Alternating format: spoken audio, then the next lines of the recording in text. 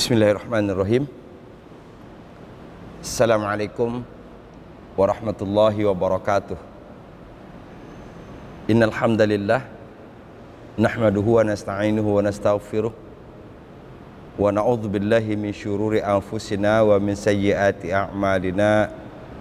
May yahdihillahu fala mudhillalah wa may yudlil fala hadiyalah. Asyhadu an la ilaha illallah wa asyhadu anna Muhammadan abduhu wa rasuluh la nabiyya ba'da. Qala Allah Ta'ala fil Qur'anil Karim, a'udzu billahi minasyaitonir rajim. Wa laqad anzalna ilaikum kitaban fihi dzikrukum afala ta'qilun. Qala Rasulullah sallallahu alaihi wasallam, khairukum man ta'allamal Qur'an wa 'allamah. Innal hamdalillah, segala puji bagi Allah. Ada 3 alasan paling tidak mengapa kita memuji sesuatu. Pertama, sesuatu itu baik, sesuatu itu indah, sesuatu itu benar. Baik, indah, dan benar adalah alasan mengapa kita memuji sesuatu. 3 hal ini terkumpul pada Allah Subhanahu wa Ta'ala. Jadi ketika kita mengucapkan hamdalah, alhamdulillah, maka seyogianya tergambar dalam pikiran dan hati kita bahwa segala kebaikan, segala kebenaran ada pada Allah Subhanahu wa Ta'ala. Allah memerintahkan kita memuji 3 unsur ini, baik, indah, dan benar, agar Allah anugerahkan kepada kita 3 hal itu. Allah berikan kepada kita kebaikan, Allah berikan kepada kita keindahan, Allah berikan kita senantiasa berada dan mempunyai orientasi kepada kebenaran. Kalau 3 unsur ini kita masukkan ke dalam pikiran dan hati kita, maka setiap orang yang memuji Allah Subhanahu wa Ta'ala, orientasi hidupnya selalu berada dalam 3 itu, baik, indah, dan benar. Kalaupun dia bertutur kata, maka dia tidak akan bertutur kecuali yang baik-baik. Kalaupun dia berbuat, tidak akan berbuat kecuali yang baik-baik. Mudah-mudahan Allah anugerahkan kepada kita 3 hal itu, baik, indah, dan benar. Sahabat Quran yang dirahmati oleh Allah Subhanahu wa Ta'ala, alhamdulillah kita sudah sampai di ayat 60 surat Yasin. Saya yakin, seyakin-yakinnya insyaallah tadabbur Yasin sejauh ini mampu menggeser posisi kita dari semula, dari baik menjadi lebih baik. Ada penambahan ilmu, saya yakin insyaallah. Saya berharap mudah-mudahan aplikasikanlah itu ketika kita membaca Al-Quran. Di ayat ke-60 Allah Subhanahu wa Ta'ala berfirman bahwa alla ta'budu syaitan innahu lakum aduwwum mubin. Jangan kalian menyembah setan, karena setan itu musuh yang nyata. Di ayat ke-61, karena kalau ada perintah ada larangan. Ada perintah, ada larangan. Larangannya menyembah setan, perintahnya adalah di ayat ke-61. Wa ani'buduni hadza siratal mustaqim. Saya ulang, di ayat 60 larangan. Alla ta'budu syaitan, jangan kalian menyembah setan. Innahu lakum aduwwum mubin. Alasan yang dikemukakan oleh Allah adalah bahwa setan itu musuh yang nyata bagi kamu. Itu larangannya. Di ayat ke-61 perintah. Ani'buduni, hendaklah kalian menyembah aku. Hadza siratum mustaqim, inilah jalan yang lurus. Kalau ayat 60 dan ayat 61 kita gabung, kita buat satu konsep, berarti manusia di dalam dunia ini, manusia dalam hidup ini hanya ada 2 kemungkinan. Kalau tidak ta'budus syaitan, maka dia berada di ta'budullah. Kalau dia tidak berada di ta'budullah, maka berarti dia ta'budus syaitan. Nauzubillahi min zalik. Kalau dia tidak menyembah syaitan, maka berarti menyembah Allah. Kalau dia tidak menyembah Allah, maka berarti dia menyembah syaitan. Padahal kita sudah bahas ada 25 kali kata aduun, aduwwum mubin. Wa ani'buduni, dan hendaklah kalian menyembah aku. Hadza siratum mustaqim. Inilah jalan yang lurus. Yuk kita ingat dulu. Siratum mustaqim. Sudah yang kedua kali ini di dalam surat Yasin kita ketemu kata sirat. Siratum mustaqim. Yasin wal Qur'anil hakim innaka laminal mursalin ala siratim mustaqim. Ayat 4. Ayat 4. Siratin karena di depannya ada ala. Di sini siratum mustaqim. Hadza siratum mustaqim. Inilah jalan yang lurus. Saya mulai dari siratim mustaqim dulu. Sirat. Di pertemuan pertama barangkali saya sudah jelaskan ada 45 kali kata sirat di dalam Al-Quran. Ada 45 kali kata sirat di dalam Al-Quran. Sirat itu jalan yang lebar, jalan yang luas. Ditambah lagi dengan kata mustaqim, lurus. Nah yang menarik dari 45 kali kata sirat itu di dalam Al-Quran, seluruhnya dalam bentuk tunggal. Seluruhnya dalam bentuk tunggal. Berbeda dengan kata benda yang lainnya yang berarti jalan. Ada torik, torik itu paling bawah, jalan juga, itu jalan kecil, gang. Di bawah, di atas torik namanya sabil, jalan. Di atas sabil namanya sirat. Jadi kalau kita sebut jalan dalam bahasa Arab, yang saya tahu minimal ada 3. Torik, jalan yang kecil. Di atas torik itu namanya sabil. Di atas sabil lagi namanya sirat. Torik dan sabil ini punya bentuk jamaknya. Punya bentuk jamak. Yang menariknya, di sirat tidak ada bentuk jamak. Artinya jalan lebar yang luas serta lurus itu cuma satu. Cuman satu. Tidak ada jalan lain. Saya ulang. 45 kali kata sirat di dalam Al-Quran, seluruhnya dalam bentuk tunggal. Tidak ada bentuk duanya, tidak ada bentuk jamaknya. Ini berarti bahwa dari yang kecil sampai ke yang besar, sampai yang paling besar. Yang paling besar itu cuma satu. Jalan yang lebar, jalan yang luas, lagi lurus itu cuma satu. Apa jalan yang lebar yang lurus itu? U'budullah. Sembahlah Allah. Sahabat Quran yang dirahmati oleh Allah. Wa ani'buduni, dan hendaklah kalian menyembah aku. Hadza siratum mustaqim. Inilah jalan yang lurus. Kalau kita fahami secara bahasa, Allah menyebut menyembahnya itu dengan sebutan siratal mustaqim, jalan yang lurus. Jalan itu adalah sarana, jalan adalah cara orang untuk mencapai sesuatu.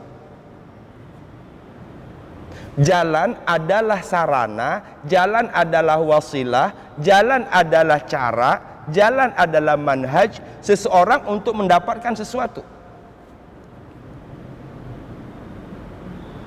Lebar, luas, lurus menggambarkan bahwa ini kemudahan, satu. Kedua, minim risiko.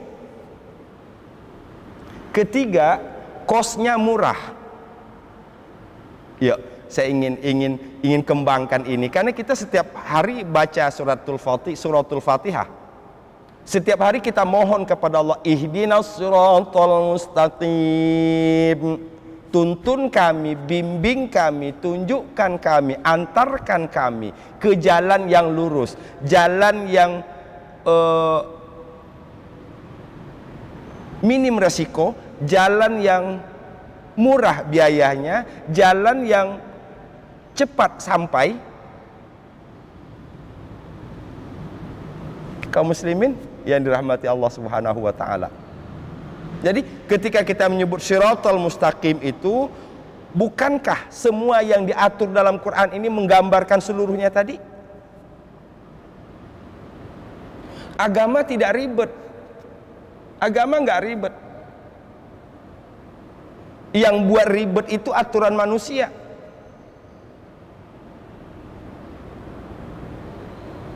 Ini makna jalan yang lurus itu. Menempuhnya minim resiko, tidak ada resiko karena luas kok. Kedua, lurus cepat sampai.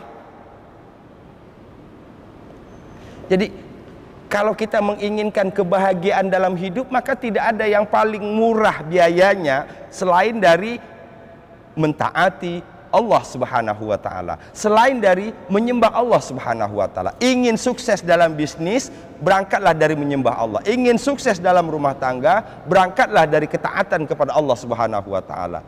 Ingin bahagia dunia akhirat, berangkatlah dari jalan yang lurus itu. Tempuhlah jalan yang lurus itu. Saya ingin contohkan satu dalam hal pernikahan. Dalam hal pernikahan, Islam mengatur pernikahan itu sangat-sangat simpel, sangat-sangat sederhana. Kalaupun mau kita mengadakan pesta, aulim walau bisyatin, adakanlah walimah walau hanya dengan memotong seekor kambing. Tidak ribet seperti yang kita saksikan hari ini. Maaf kalau untuk ukuran Jakarta, kalau cuma punya uang pas-pasan, jangan berpikir mau melaksanakan akad nikah. Akibatnya karena kerumitan yang kita buat itu, tidak sedikit orang kemudian melakukan hal-hal yang dilarang oleh Allah Subhanahu wa taala. Allah mengatakan, menikahlah kalian maka Allah akan memberikan kekayaan kepada kalian, Allah akan mencukupkan kepada kalian. Tidak banyak orang yang berani misalnya sekarang, kalau belum punya pekerjaan yang mapan, belum banyak orang yang berani menikah. Akibatnya mereka menghalalkan yang diharamkan oleh Allah Subhanahu wa taala. Ini salah satu contoh. Yang diatur oleh agama mudah. Yang mempersulit adalah kita. Jadi wa ani'buduni, dan hendaklah kalian menyembah aku. Hadza siratul mustaqim, inilah jalan yang lurus. Inilah jalan yang lurus. Dari 45 kali kata sirat di dalam Al-Quran, ada beberapa yang kemudian menyebut siratul mustaqim juga, jalan yang lurus juga. Surat Az-Zukhruf ayat 43 misalnya. Az-Zukhruf surat ke-43 ayat 43. Fastamsik billadzi uhiya ilaik innaka ala siratim mustaqim. Yang pertama tadi bahwa jalan yang lurus itu apa? Jalan yang lurus itu menyembah Allah. Mana dasarnya? 61 Yasin. Dasarnya ayat 61 surat Yasin. Kedua, jalan yang lurus itu adalah berpegang teguh kepada Al-Quran. Fastamsik.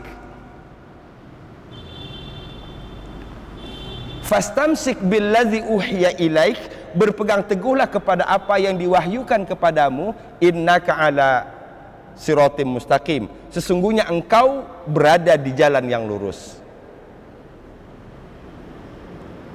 Jadi kalau ketika kita membaca suratul Fatihah, ihdinas siratal mustaqim, tuntun kami ke jalan yang lurus, artinya bagi kita sekarang, karena kita sudah menyembah Allah, perbaiki penyembahan kami kepada Allah, perbaiki ibadah kami kepada Allah, itu maknanya. Kedua, ihdinas siratal mustaqim berarti mudahkan kami untuk mempelajari Quran, mudahkan kami untuk memahami Quran, mudahkan kami mengamalkan Quran sampai kami betul-betul berpegang teguh kepada Al-Quran. Itu makna dari ihdinas siratal mustaqim itu.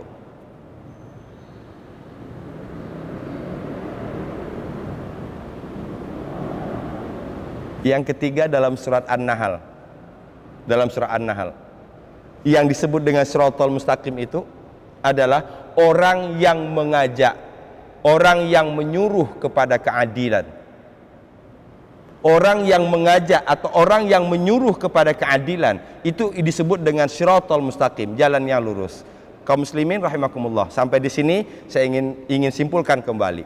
Ketika disebut jalan yang lurus, maka yang tergambar dan yang terbayang oleh kita adalah pertama menyembah Allah, Yasin 61. Yang kedua, berpegang teguh kepada Al-Quran. Inilah jalan yang lurus.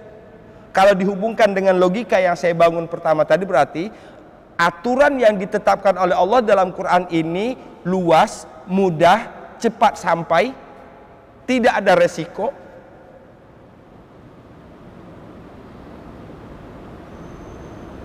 Yang ketiga, mengajak orang kepada keadilan. Surat An-Nahl. Itu disebut dengan jalan yang lurus. Saya kembali. Wa ani'buduni, dan sembahlah oleh kalian aku. Siapa kaliannya di sini? Bani Adam. Bani Adam. Kalau kita lihat di sini, alam a'had ilaikum ya bani Adam, bukankah aku telah perintahkan kepada kalian, aku telah ingatkan kepada kalian, ani alla ta'budu syaitan, agar kalian jangan menyembah syaitan. Innahu lakum aduwwum mubin, syaitan itu musuh yang nyata bagi kalian. Nah di sini wa ani'buduni, dan hendaklah kalian menyembah aku. Siapa kalian? Bani Adam.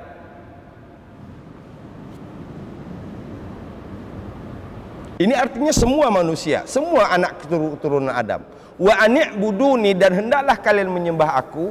Hadza siratum mustaqim. Inilah jalan yang lurus. Inilah jalan yang lurus. Inilah cara untuk mendapatkan kebahagiaan dengan cara yang mudah, minim resiko, cepat sampai.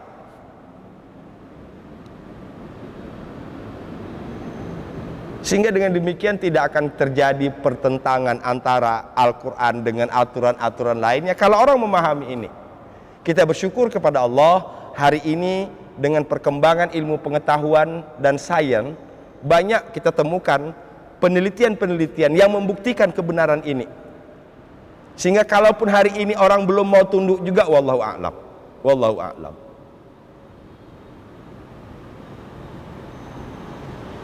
Ayat ke-62.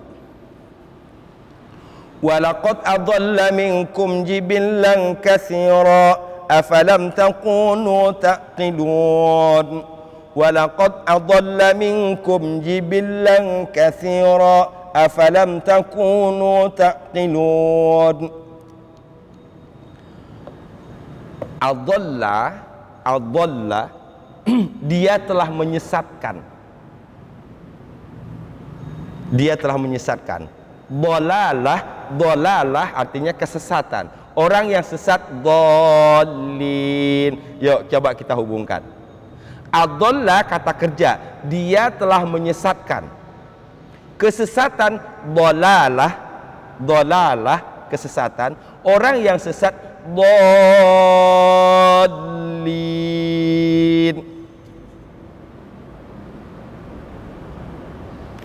Walaqad, dan sungguh, adalla, dia telah menyesatkan. Siapa dianya? Ayat ke-60, syaitan. Siapa dianya di sini? Syaitan. Walaqad adalla, dan sungguh syaitan telah menyesatkan. Jibillan katsira, saya ingin jelaskan dulu begini. Jibillan itu seakar dengan kata jabal. Jibillan itu seakar dengan kata jabal. Sehingga jibillan ini ada berbagai macam cara baca dalam tafsir dijelaskan. Ya. Cara baca jibillan ini dalam tafsir dijelaskan berbagai macam cara baca. Karena dia satu akar kata dengan kata jabal, jibal. Kalau jabal itu satu, banyaknya jibal. Gunung artinya. yang menggambarkan kekokohan, yang menggambarkan kekuatan, kemantapan besar. Sehingga di sini kalau kita terjemahkan jibillan katsira, sekelompok orang yang kuat, sekelompok orang yang hebat, yang besar, katsira banyak.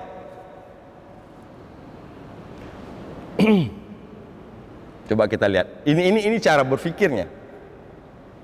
Orang-orang yang kuat, orang-orang yang hebat saja banyak yang disesatkan oleh setan. Logikanya? Apalagi yang tidak kuat, yang tidak hebat. Kaum muslimin rahimakumullah. Saya ulang lagi di sini. Saya berharap mudah-mudahan kita dapat ini ya ketika baca Yasin. Walaqad dan sungguh adalla, dia telah menyesatkan. Siapa dia? Ayat ke-60, syaitan. Kalau kita terjemahkan walaqad adalla, dan sungguh setan telah menyesatkan minkum, di antara kalian. Siapa kaliannya? Bani Adam.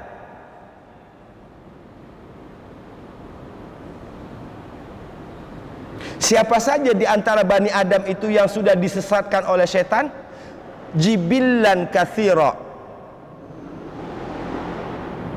Orang yang hebat, orang yang kuat, orang yang mantap.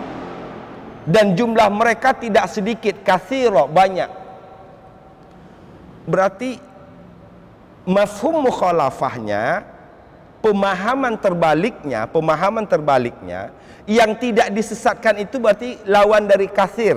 Katsir lawannya qalil. Katsir banyak, sedikit qalil. Nambah bahasa kita. Katsir banyak, sedikit qalil.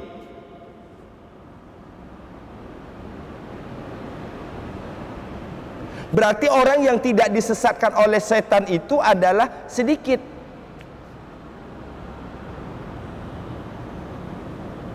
Kalau kita kembalikan lagi, apatah lagi kita yang tidak punya kekuatan, kita yang tidak mempunyai kehebatan, kita yang tidak mempunyai kemantapan, kekokohan, akan gampang disesatkan oleh setan. Na'udzubillah, summa na'udzubillah.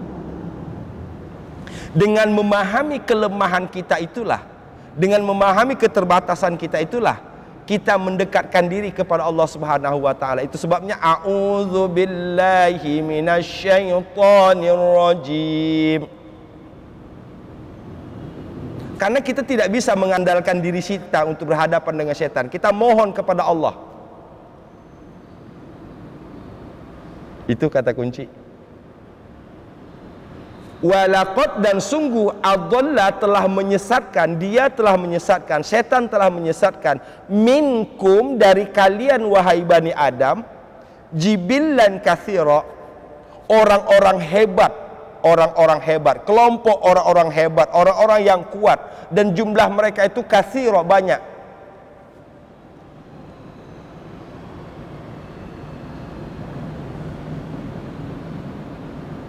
Kita bawakan ke diri kita.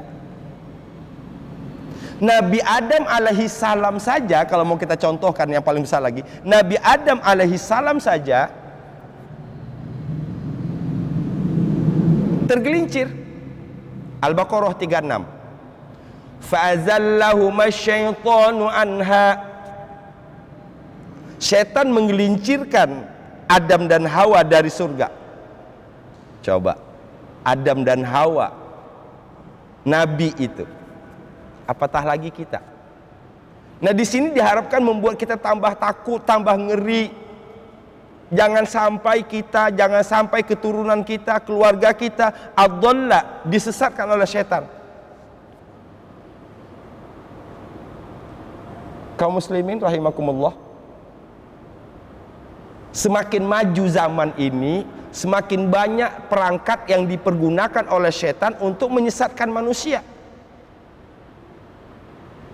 Ini yang harus kita pahami. Semakin maju zaman ini, semakin banyak sarana yang dipergunakan, yang dipakai oleh setan untuk melancarkan tugasnya untuk melancarkan misinya. Apa misinya? Adalla.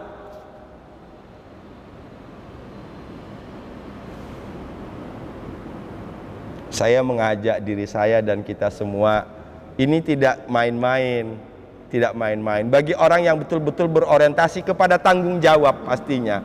Bagi orang yang betul-betul berorientasi kepada tanggung jawab. Tanggung jawab diri, tanggung jawab keluarga. Di bawah saya ada istri, di bawah istri ada anak. Itu yang akan menjadi tanggung jawab saya. Anak dan istri bisa menjadi aduun, bisa menjadi musuh.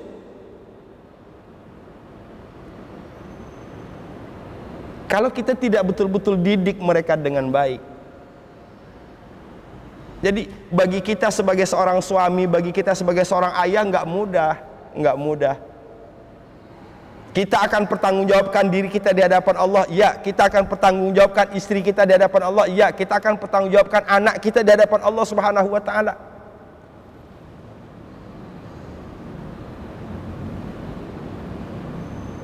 Itu sebabnya kita selalu berkata la haula wala quwwata illa billah.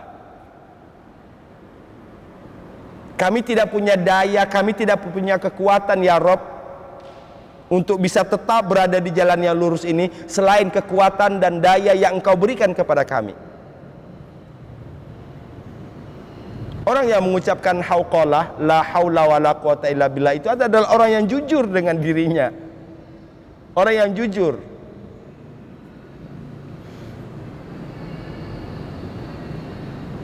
Kaum muslimin rahimakumullah. Kita teruskan. Afalam takunu taqilun, afalam takunu taqilun. Pakai bahasa dulu ya. A apakah, fa maka, lam tidak. Saya ulang. A apakah. Gampang banget bahasa Arab itu. A apakah, fa maka, lam tidak, maka apakah tidak. Apakah maka tidak. Tidak enak.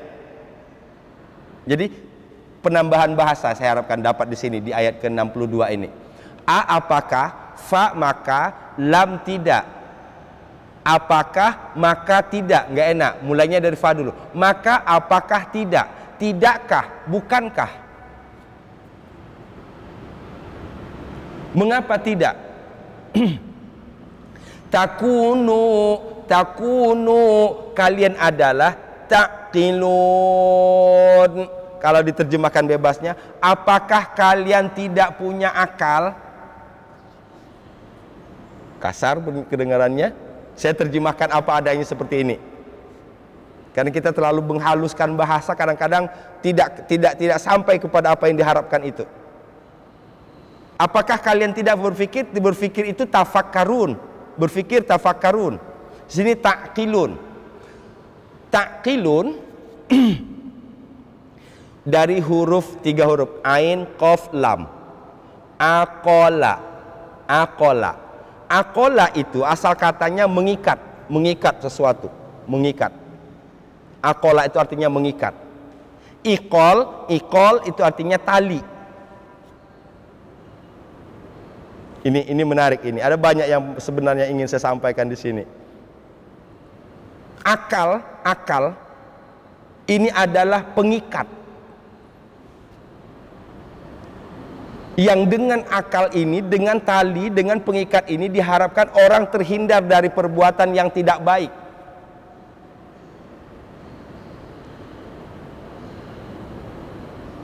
Sehingga kalau orang yang suka berbuat tidak baik, itu pada hakikatnya dia tidak pergunakan tali tadi, dia tidak ikat dirinya. Kalau kita punya kambing, tidak usah diikat, kita lepas saja. Kambing tidak tahu mana yang rumput, mana yang padi. Kambing nggak tahu mana yang boleh dia makan, yang punya dia, yang dengan yang tidak punya dia itu nggak tahu. Itulah yang kita lihat hari ini. Semua jadi halal sekarang ini. Maaf, sekali lagi saya mohon maaf. Karena orang tidak pakai pengikatnya ini.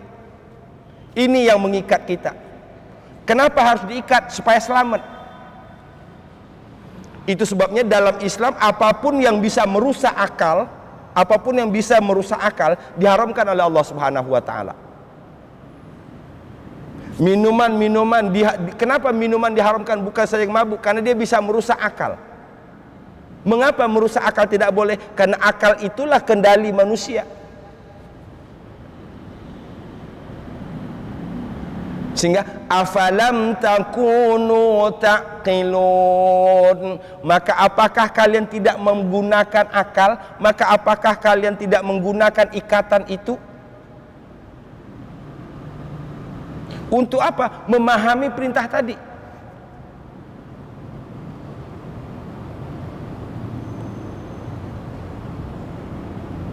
Saya ulang. Kata taqilun di dalam Al-Quran ada 24 kali. Kata taqilun ada 24 kali. Taqilun, kalian, kalian berfikir, kalian berfikir, kalian berakal, kalian mempergunakan akal, boleh, silakan terjemahkan. Kaliannya di mana? Ada ta, ada waw nun di belakang. Itu tanda kaliannya. Ta, ada waw nun, kalian. Kalian berfikir, kalian menggunakan akal. 24 kali dalam Al-Quran. Dari 24 kali itu 13 kali Allah Subhanahu wa taala menggunakan redaksi seperti ini. Afala taqilun, apakah kalian tidak berfikir? Kemudian 8 kali Allah menggunakan la'allakum taqilun, mudah-mudahan kalian menggunakan akal. Ada 2 kali in kuntum taqilun, jika kalian menggunakan akal. 1 kali dalam seperti ini. Yasin ini 1 kali seperti ini. Afalam takunu taqilun, maka apakah kalian tidak berakal? Apakah kalian tidak berfikir? Jadi 24 kali kata taqilun dalam Quran, 13 kali dengan kata afala. Afala taqilun. 8 kali dengan menggunakan la'allakum, mudah-mudahan kalian.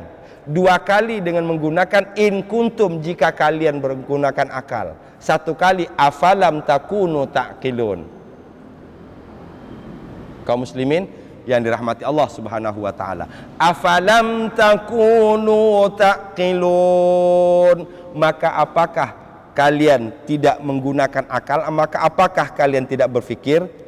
Saya simpulkan, kalau yang besar saja, kelompok yang kuat saja disesatkan oleh setan, apatah lagi kita. Tapi kita tidak boleh berkecil hati, kita tidak boleh ciut. Kita lemah, iya, kalau kita sendiri. Tapi kita kuat ketika kita bersama Allah yang maha kuat. Kita tidak ngerti, iya. Ana jahil, saya tidak tahu. Antal alim, engkau yang maha mengetahui. Ana dhaif, saya lemah. Antal qawiyyu, antal aziz. Jadi itu sebabnya mengapa kita mendekatkan diri kepada Allah, supaya kita dekat dengan yang maha kuat itu.